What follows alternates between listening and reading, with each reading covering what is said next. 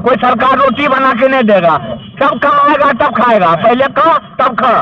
लेकिन संविधान सही है तो उसमें संशोधन करने की जरूरत क्या है? भारत का संविधान एकदम सही संविधान है, अम्बेडकर जी का बना हुआ संविधान है, उसको गलत कौन बता रहा है? डॉक्यूमेंट्री फिल्म बना है, वो गुजरात के दंगे के नायक ये कर रहे हैं कि भारत के संविधान में उनको विश्वास नहीं है।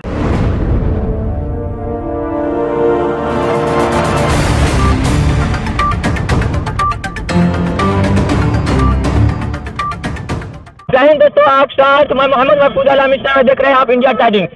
जी हाँ दोस्तों, हमारे साथ राजनारायण जी जो कि यहाँ पहले भी यहाँ जुड़ चुके थे और इस समय यहाँ पर हर हर महादेव चौक पर आए हुए हैं और इस समय यहाँ पर जो भाषण दे रहे थे इनसे कुछ इंसानों ने, कुछ मजदूर वर्ग के लोगों ने कुछ इनसे सवाल पूछे हैं। हम इनसे सवाल पूछे हैं कि ये जो है मोदी जी को निशाना करते हैं, मोदी जी को निशाना लगाते हैं, ऐसा क्यों?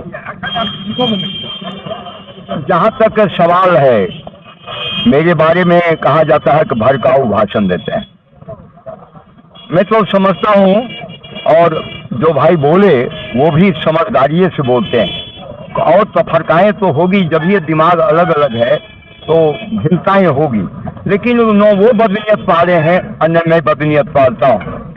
हमारी समझ में जो बात आती है कि भारत का जो संविधान है, भारत के संविधान में हम भारत के लोग से शुरू भारत का संविधान हुआ है, और हम भारत के लोग नहीं, हम भारत के हिंदू, हम भारत के सिख।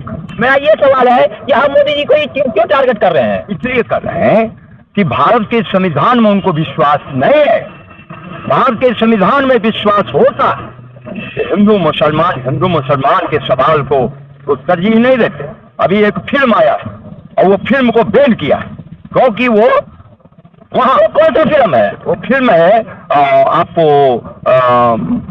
वो क्या वो पठान फिल्म है का एक डॉक्यूमेंट्री फिल्म है, और वो फिल्म के माध्यम से डॉक्यूमेंट्री फिल्म है, BBC डॉक्यूमेंट्री फिल्म, और उसको वो बैन किए। इसलिए बैन किया गया कि उसमें मुजरिम वो दिखाई पड़ते हैं।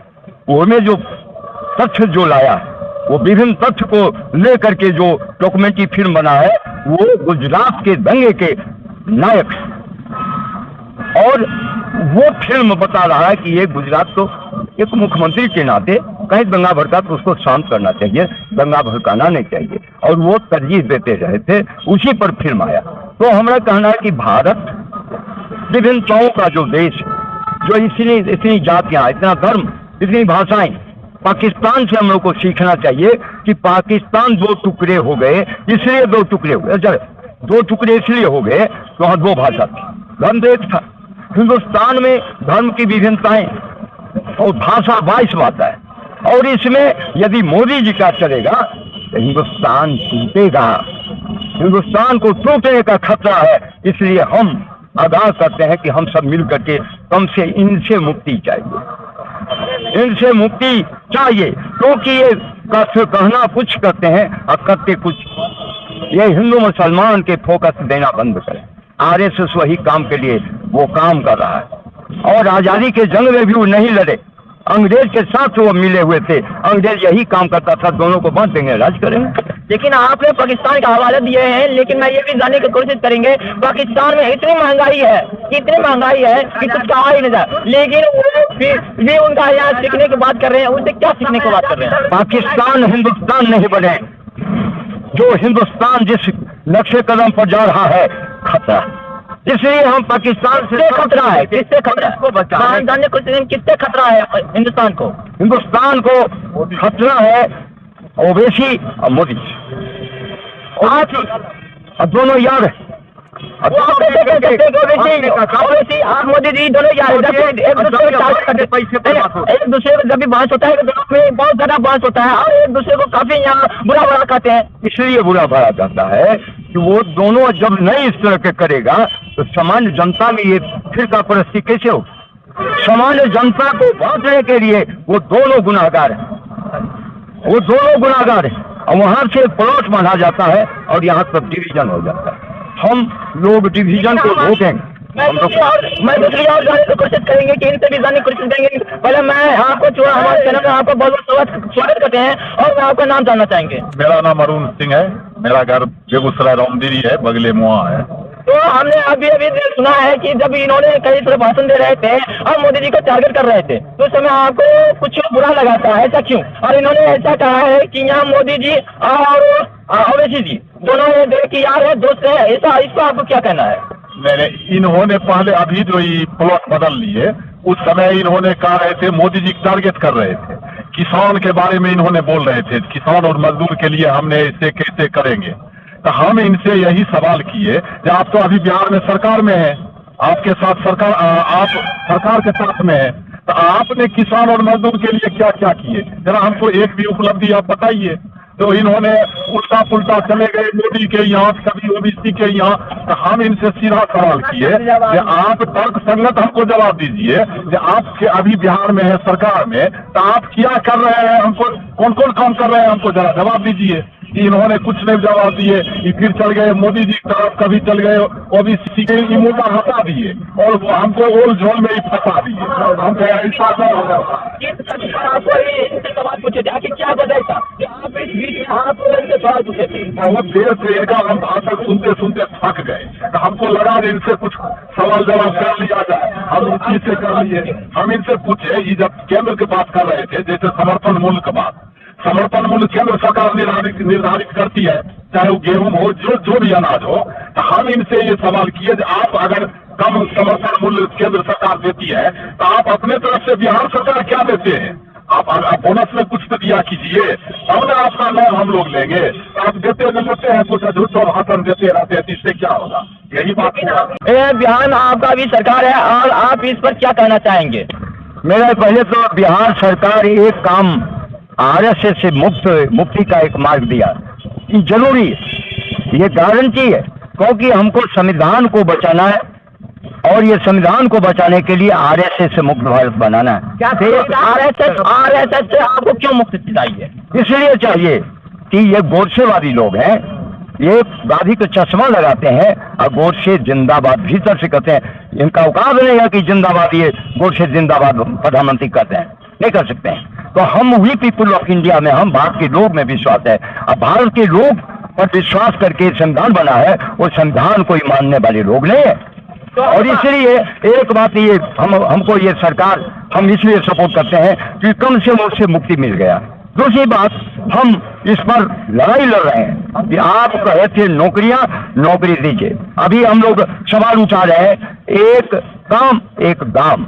हम जो बहाली हुआ है कॉन्ट्रैक्ट पर, वो सबको एक काम एक दाम के तरफ सरकार को घेरेंगे और ये काम करा के छोड़ेंगे।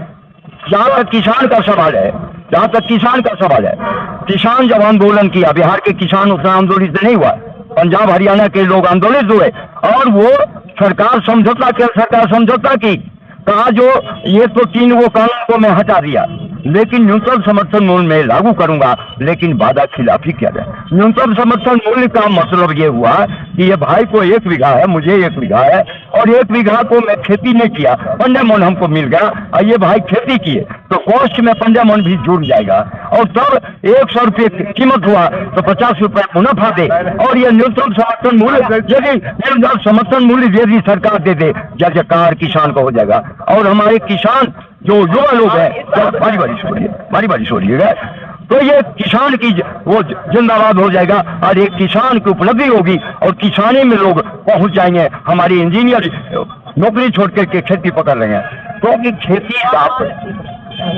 कोई सरकार रोटी बना के नहीं देगा, सब कमाएगा तब खाएगा, पहले खा तब खा। लेकिन संविधान सही है तो उसमें संशोधन करने की जरूरत क्या है? भारत का संविधान एकदम सही संविधान है, अम्बेडकर जी का बना हुआ संविधान है, उसको गलत कौन बता रहा है? मेरा यही सवाल है कि अम्बेडकर जी जो कि यह देश का संविधान बना के गए हैं, उनके ऊपर सवाल उठाया जा रहा है। आखिर ऐसा क्या? आखिर संविधान है यह गलती है? ऐसा उनको रहेगा।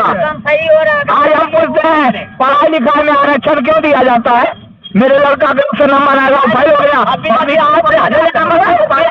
कहा है जिस संविधान में गलती है उसे सुधार किया जा रहा है, ये उस संविधान में क्या गलती है? आरक्षण नहीं, शिक्षा में कोई आरक्षण नहीं, जो पढ़ेगा वो नौकरी पाएगा। आज भी जो पढ़ रहा है नौकरी पा रहा है, मेरा बेटा 100 में फेल और नीचे 50 नंबर में पास, पुल गिरेगा कि नहीं तुम बताओ? किसको ज्यादा ज्ञान है, 100 नंबर वाले को कि 50 नंबर वाले को? किसको ज्यादा ज्ञान है? हमको इसी तो फिर उसको छाट रहे हैं और 50 नंबर वाला को बाई पकड़ के घुसा रहे हैं, फ्री में दे रहे हैं, खिला रहे हैं, सब कुछ कर रहे हैं। ये कहाँ का संविधान है? लेकिन ये क्या कह सकते हैं, ये तो मतलब हाँ इसमें होना चाहिए, क्या मतलब इसमें होना चाहिए? ये एकदम 200% गलत है। आपको आएगा 100 नंबर तो आप घर में रहिएगा, इसको आएगा 40 नंबर की मैंने ऑफिस में बैठ के मौज पर पा देगा। ये कौन नियम है?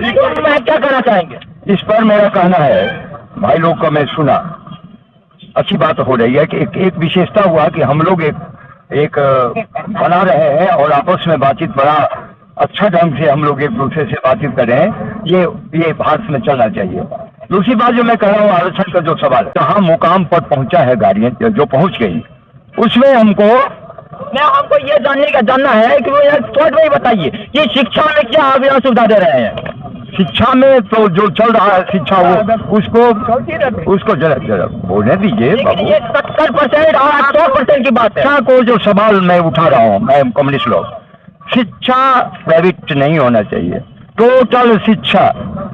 जैसे हम लोग पढ़े थे कमजोर भारत में, MA LLB किए, आज एजुकेशन को 100% पब्लिक सेक्टर में आना चाहिए और कलेक्टर के बच्चा वहीं पढ़े, चपरासी का बच्चा वहीं पढ़े। शिक्षा एक समान हो,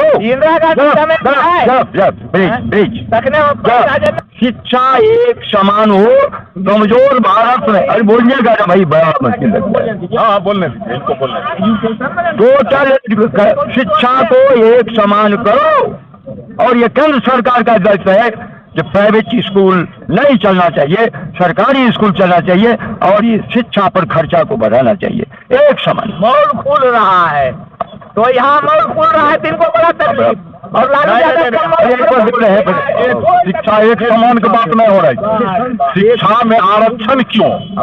आप अगर 100 नंबर लाते हैं तो उस शिक्षा में आरक्षण क्यों? हम यून सिंह जी ने सवाल पूछा है, शिक्षा में जो समानता नहीं है, जबकि यहाँ कोई 40% मार्क्स आता है उसे जॉब दिया जाता है, लेकिन अगर कोई जनरल अगर 100% भी ना मार्क्स आता है उसे जॉब बहुत ही कम मुश्किल से ही मिलता है। इस पर आपको क्या कहना है?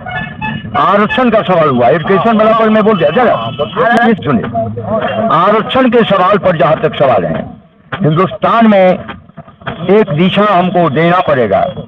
क्रीमी लेयर के में जो लोग आ गए, अब लालू बाबू के लड़के को आरक्षण क्यों?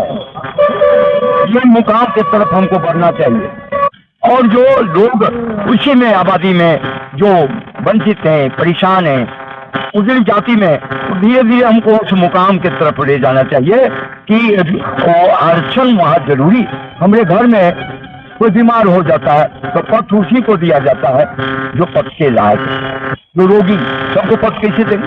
तो आज ये मुल्क में मैं आपसे पूछना चाहता हूँ, आपके कैमरा कैसे और से लोग हैं जो डोनेशन करके मेडिकल में उनका एडमिशन हो जाता है, तो आरक्षण नहीं है क्या जानना चाहेंगे? जॉब के मामला में कोई 80% जनरल को लाना पड़ता है 80% और जो छोटे डाके लोग होते हैं उन्हें 40% पे ही जॉब दे दिया जाता है। ये मेरा कहना है कि आरक्षण क्रीमी को हटाते हुए जरूरी है आरक्षण।